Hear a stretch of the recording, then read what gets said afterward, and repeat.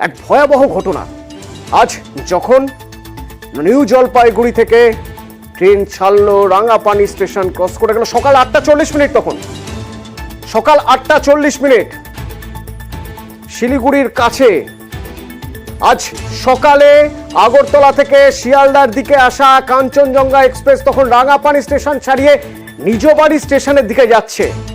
ঠিক সেই সময় তুমুল বৃষ্টি, ফলে কাঞ্চনজঙ্ঘা এক্সপ্রেসের গতি ছিল অনেকটাই কম। আচমকাই পিছন থেকে আসা মালগাড়ি ধাক্কা মারে যাত্রীবাহী কাঞ্চনজঙ্ঘা এক্সপ্রেসকে।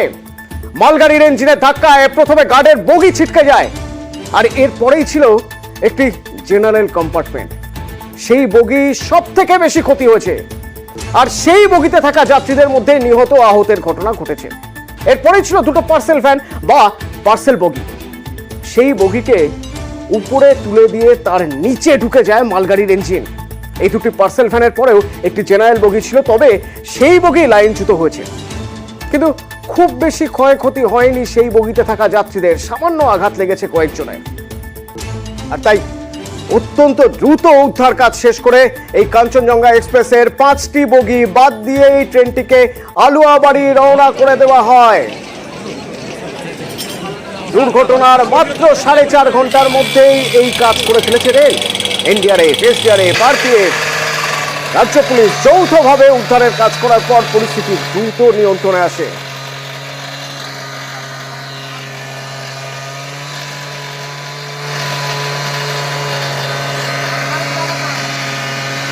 পার্থপ্রতিম প্রতিনিধি আমার সঙ্গে ফোনে রয়েছে।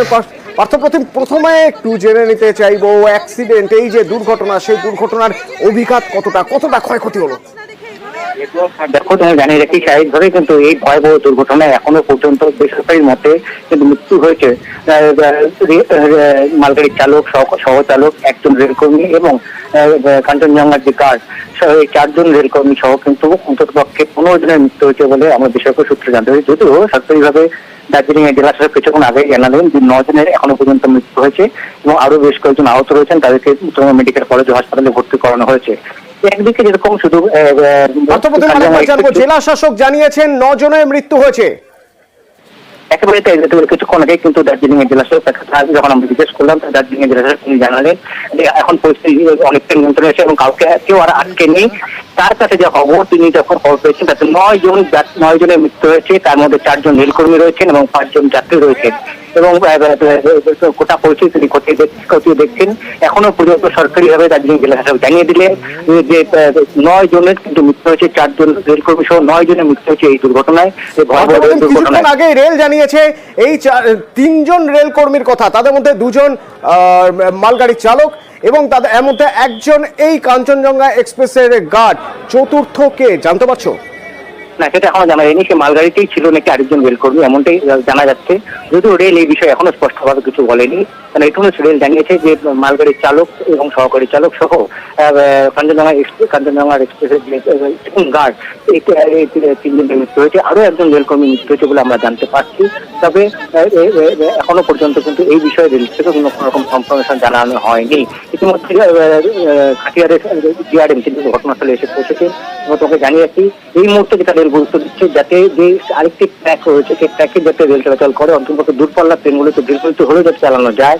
তারা প্রচুর ট্রেন বিভিন্ন জায়গায় দাঁড়িয়ে রয়েছে, কেন আসাম এবং এনডিপির সঙ্গে কিন্তু অন্য দেশের অন্য অংশের যোগাযোগ, রেল যোগাযোগ একেবারেই বিচ্ছিন্ন হয়ে পড়েছে। যে দ্বিতীয় ট্র্যাক খোলা রয়েছে সেই ট্র্যাক দিয়ে যাতে চলাচল করা যায়, কেন ওয়ারের তার ছিঁড়ে গেছে। এবার যে ক্ষতিগ্রস্ত যে বগিগুলো রয়েছে কাঞ্চনজঙ্ঘার 3টি বগি, পাশাপাশি মালগাড়ির একাধিক বগি কিন্তু ক্ষতিগ্রস্ত হয়েছে। সেই বগিগুলোকে কিন্তু সরানোর প্রক্রিয়া ইতিমধ্যে রেল শুরু করেছে এবং তাদের এখন প্রাথমিকভাবে এখন লক্ষ্য, যেহেতু রেস্কিউ অপারেশন শেষ, এখন তাদের লক্ষ্য হলো যে রেলের যে আরেকটি ট্র্যাক রয়েছে সেই ট্র্যাকটিকে যাতে স্বাভাবিক করা যায় এবং স্বাভাবিক আবার জন্য স্বাভাবিক ছন্দে আবার ট্রেন চলাচল শুরু করতে হবে। ঠিক, ধন্যবাদ পার্থপ্রতিম। এখনো পর্যন্ত যা খবর পাওয়া যাচ্ছে তাতে 9 জনের মৃত্যু হয়েছে, তার মধ্যে থেকে 4 জন রেলের। কিন্তু এই রেলের কর্মীদের মধ্যে 4 জনের মধ্যে থেকে 3 জনের কথা এর আগে রেল জানিয়েছে, তাদের মধ্যে 2 জন মালগাড়ির চালক এবং একজন এই কাঞ্চনজঙ্ঘা এক্সপ্রেসের স্টাফ মানে গার্ড। চতুর্থকে এখনো পর্যন্ত জানা যাচ্ছে না এবং 5 জনের আরো মৃত্যু হয়েছে, অর্থাৎ মোট 9 জনের মৃত্যুর খবর পাওয়া যাচ্ছে। রেস্কিউ অপারেশন কিভাবে হয়েছে সেখানে রেস্কিউ অপারেশন এখনো চলছে। 5টি ইঞ্জিন বাদ দিয়ে কাঞ্চনজঙ্ঘা এক্সপ্রেসকে রওনা করে দেওয়া হয়েছে এবং তারপর পরবর্তী স্টেশনে সেই 5টি কাঞ্চনজঙ্ঘা এক্সপ্রেসের পরীক্ষা করা হবে যে এটা আদৌ শিয়ালদা পর্যন্ত নিয়ে যাওয়া যাবে কিনা। তা না হলে তখন বিকল্প ব্যবস্থা ভাববে ট্রেন। কিন্তু যেখানে রাঙাপানির ঠিক পরে যেখানে দুর্ঘটনা ঘটেছিল সেখানে এনডিআরএফ, আরপিএফ, এসডিআরএফ এখনো পর্যন্ত রয়ে গিয়েছেন। তার কারণ তারা দেখছেন যে কোনোভাবে কোথাও আর কেউ আটকে নেই। তো সেখান থেকে রয়েছেন আমার প্রতিনিধি বিশ্বজিৎ, কয়েকবার কথা বলবো বিশ্বজিতের সঙ্গে। বিশ্বজিৎ, কি দেখতে পাচ্ছ সেখানে, কি অবস্থা? তবে এনডিআরএফ, এসডিআরএফ তারা কিন্তু যথেষ্ট যুদ্ধকালীন তৎপরতায় এই উদ্ধার কাজ শুরু করেছে। যেহেতু দুটি লাইনের উপরে এই রেল দুটি ট্রেন সেটি কিন্তু উল্টো অবস্থায় রয়েছে, কামরাগুলি পড়ে রয়েছে এবং বাকি যে লাইন দিয়ে কিন্তু দূরপাল্লার ট্রেন যায় সেই লাইনকে কিন্তু পরিষ্কার করার চেষ্টা করা হচ্ছে, যাতে অন্য ট্রেন যে ট্রেনগুলি কিন্তু এখন অব্দি আটকে রয়েছে তাদের কিন্তু নিয়ে নেওয়া যাবে সেই ব্যাপারে কিন্তু রেল ভাবছে এবং তাতেই কিন্তু উদ্ধার কাজ শুরু করা হয়েছে।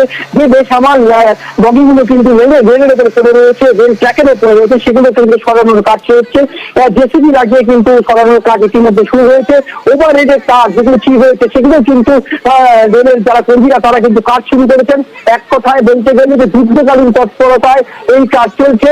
যে সকল জায়গায় কামরাগুলি লেগে পড়েন সেখানে কিন্তু তার কাটার দিয়ে কেটে বগিগুলোকে কিন্তু সরানোর ব্যবস্থা চলছে। এক কথায় বলা যায় যে দুটি ট্র্যাকের মধ্যে একটি ট্র্যাককে কিন্তু সচল করার দিকে রেল যথেষ্ট দ্রুত গতির মাধ্যমে কাজ করার চেষ্টা করছেন। যেটা আমরা জানতে পারছি যে রেলমন্ত্রী তিনিও ঘটনাস্থলে আসার কথা রয়েছে। অন্যদিকে মুখ্যমন্ত্রী তিনি কিন্তু উত্তরবঙ্গ মেডিকেল কলেজ হাসপাতালে আসবেন। প্রায় 41 জনের আহত এবং প্রায় 9 জনের মৃত্যু হয়েছে এবং প্রায় 4 জনের এই মধ্যে পরিচয় পাওয়া গিয়েছে। বাকি কাজ কিন্তু রেলের আধিকারিকভাবে করছেন। স্থানীয় পুলিশ প্রশাসন সহ বিভিন্ন স্বেচ্ছাসেবী সংগঠন তারাও কিন্তু উদ্ধার কাজে রয়েছে। মেডিকেল টিম ঘটনাস্থলে রয়েছে। তবে এখন পর্যন্ত আর কেউ এই ট্রেনে আটকে নেই সে ব্যাপারে নিশ্চিত এনডিআরএফ এবং এসডিআরএফ। অন্যদিকে যে উদ্ধার কাজ তা কিন্তু হিসেবে করা হচ্ছে, যাতে অন্য এই ক্ষতিগ্রস্ত বগিগুলোকে বা ক্ষতিগ্রস্ত কামরাগুলিকে সরানো, রেলের ট্র্যাকের পাশ থেকে সরানো, সেই ব্যবস্থা কিছু হচ্ছে? সে ব্যাপারে কিছু কাজ চলছে কি?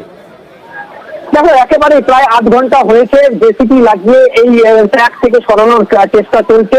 অন্যদিকে যে ওভারের তার ছিঁড়ে রয়েছে সেই তারও কিন্তু তার কাজ শুরু হয়েছে, যাতে অন্য রুট এই লাইনের যে অপর একটি ট্র্যাক রয়েছে সেই ট্র্যাক দিয়ে কিন্তু রেল স্বাভাবিক করা যায়। তার জন্য কিন্তু যথেষ্ট পরিমাণে দ্রুত গতির সাহায্যে রেল কাজ করছে এবং যে লাইনটি বেসামাল হয়ে পড়েছে সেখানে কিন্তু কাজ করা হচ্ছে। ধন্যবাদ বিশ্বজিৎ। যে সময় এই ঘটনা ঘটে সেই ঘটনার সাক্ষী ছিলেন ওই ট্রেনের অন্য কামরাগুলোয় যারা ছিলেন। একেবারে দুঃস্বপ্নের মতো বহুদিন তাদের মনে থেকে যাবে সেই ঘটনার কথা এবং সেই ঘটনা যে সময় ঘটেছিল। আমাদের সঙ্গে শেয়ার করেছেন ওই ট্রেনেরই এক প্যাসেঞ্জার যে কি হয়েছিল তখন, শুনুন। আমাদের গাড়ি ছিল সামনে কাঞ্চনজঙ্ঘাতে, পেছন থেকে মালগাড়ি পুরো চাপিয়ে দেয়। এবার সামনে আমরা ছিলাম, পেছনের দুটো বগি অলরেডি উল্টে গেছে। আমাদের ট্রেনটা আসতে ছিল, যদি জোরে থাকতো আমাদের ট্রেনটা আরও বড় দুর্ঘটনা হতো। প্রথমত অ্যাম্বুলেন্স ছিল না, তারপরে অ্যাম্বুলেন্স, এখন বর্তমানে আমরা সব ডাকাডাকির পরে অ্যাম্বুলেন্স সব একটা একটা করে আসছে আর কি। তখন আমরা কোনো রকম ভেবেছিলাম যে হয়তো কেউ চেন টেনেছে, কিন্তু আদৌ সেটা আমরা বুঝতে পারিনি। তারপর আমরা যখন বেরিয়েছে গেটটা খুলেছি তখন দেখি যে অলরেডি পিছনে 3টে কামরা উপরে উঠে গিয়েছে, ছিন্ন বিচ্ছিন্ন হয়ে গিয়েছে। ভয় মানে ওখানে গা শিরশির করে কাঁপে। অসুস্থ বাবাকে নিয়ে এসেছিলাম, ডাক্তার দেখাবো বলে ওখানে प्रेशर हाई हो रहे थे। बग्गी में बैठे हुए थे, पीछे से गाड़ी का वो हुआ तो हम लोग नीचे भी गिर गए। बच्चे हमारे थे 2-4 नीचे गिर भी गए। इसके बाद हम लोग देखे तो 2-4 इंजन हम बचाने में एक हम ड्राइवर को भी वो निकाले बाहर, इंजन मालगाड़ी का ड्राइवर को बचा हुआ था, लेकिन क्या हुआ इसके बाद हम नहीं बता पाएंगे। लेकिन प्रशासन 2 घंटे के बाद आई, कोई नहीं है, रेलवे का कोई नहीं, स्टाफ कोई नहीं, 2 घंटे बाद आया। ঠিক যে কথা আপনাদের বলছিলাম, এনজেপি অর্থাৎ নিউ জলপাইগুড়ি থেকে ছাড়ার পর দেখুন দুর্ঘটনা ঠিক কিভাবে হয়েছিল গ্রাফিক্যালি আমরা আপনাদের দেখানোর চেষ্টা করছি একবার। ঠিক এইভাবে দুর্ঘটনা ঘটে, দুটি বগি দুপাশে চলে যায়, একটি বগি উঠে যায় একেবারে উপরে।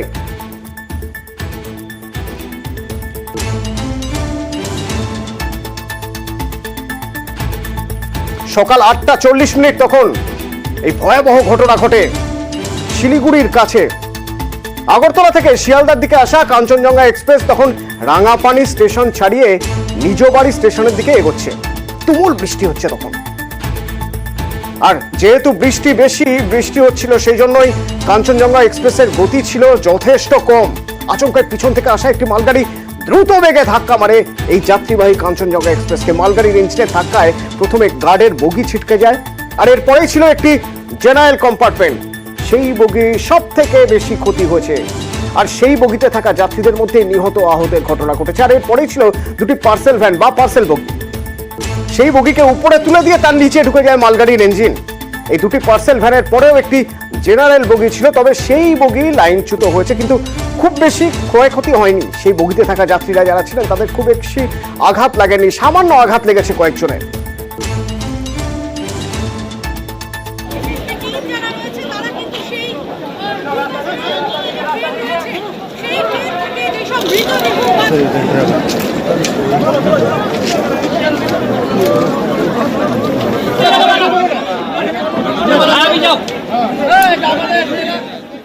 দুর্ঘটনার খবর আসার সঙ্গে সঙ্গে চতুর্দিক থেকে কিভাবে খোঁজ পাওয়া যাবে সেই চেষ্টা চলছিল। শিয়ালদা স্টেশনে সেখানে হেল্পলাইন নাম্বার খোলা হয়েছিল, সেখানেও এসে খোঁজ নিয়েছেন মানুষ।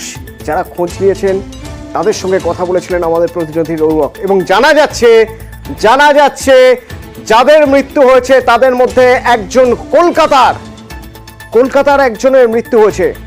রৌনক প্রতিনিধি আমার সঙ্গে রয়েছেন। রৌনক, ইনি কে? দেখো, যেটা জানা যাচ্ছে তিনি আরএমএস এ কর্মরত ছিল, অর্থাৎ রেলওয়ে মেল সার্ভিস।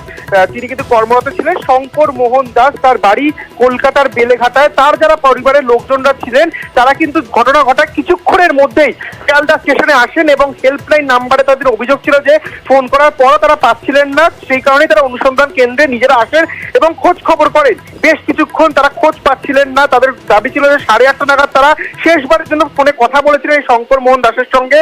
তিনি কর্মরত ছিলেন এই রেলওয়ে মেল সার্ভিসে, ফিরছিলেন আজ শিয়ালদার উদ্দেশ্যে, এবং কিছুক্ষণ আগেই অর্থাৎ 12টা নাগাদ তারা খবর পায় এই শঙ্কর মোহন দাসের ঘটনাস্থলেই মৃত্যু হয়েছে। ইতিমধ্যে উত্তরবঙ্গ মেডিকেল কলেজ হাসপাতালে তার দেহ রাখা হয়েছে। তার বাড়ির লোক ইতিমধ্যে রওনা দিয়েছেন কলকাতা থেকে, এবং যেটা তারা জানাচ্ছেন যে দীর্ঘদিন ধরে তিনি এই পেশার সঙ্গে যুক্ত রয়েছেন। এবং প্রাথমিকভাবে যেটা উঠে আসে, যে দুটি পার্সেল ভ্যান ছিল সেই পার্সেল ভ্যানের মধ্যে একটিতেই হয়তো ইনি ছিলেন, এবং তার দায়িত্ব ছিল যে সমস্ত চিঠি প্রত্যেকটি স্টেশনে যায় সেই চিঠিগুলির দায়িত্ব সামলানো, এবং সেই দায়িত্ব সামলাতে গিয়ে কিন্তু তিনি পার্সেল ভ্যানে ছিলেন, এবং এই ভয়াবহ দুর্ঘটনার শিকার হয় এবং তার মৃত্যু ঘটে। অতুলদা, ধন্যবাদ। যারা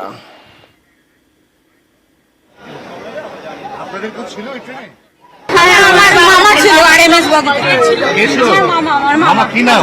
শঙ্কর মোহন দাস। কোচ নাম্বার কত? উনি আরএমএস এর ওয়েতে আছে, পোস্টাল ডিপার্টমেন্টে। আচ্ছা, সকাল সকাল এসে তারা খোঁজ নিচ্ছিলেন বাড়ির লোকের কি অবস্থা। পরে জানা গেল উত্তরবঙ্গ মেডিকেল কলেজ হাসপাতালে তার মৃতদেহ পাওয়া গিয়েছে। এই হচ্ছে ঘটনাস্থলের ছবি। দেখছেন দুমড়ে মুচড়ে যাওয়া কোচগুলোকে সরিয়ে দেওয়া হচ্ছে সেখান থেকে, যাতে ট্রেন চলাচল করানো যায়, যাতে ট্রেন চলাচল স্বাভাবিক হয়।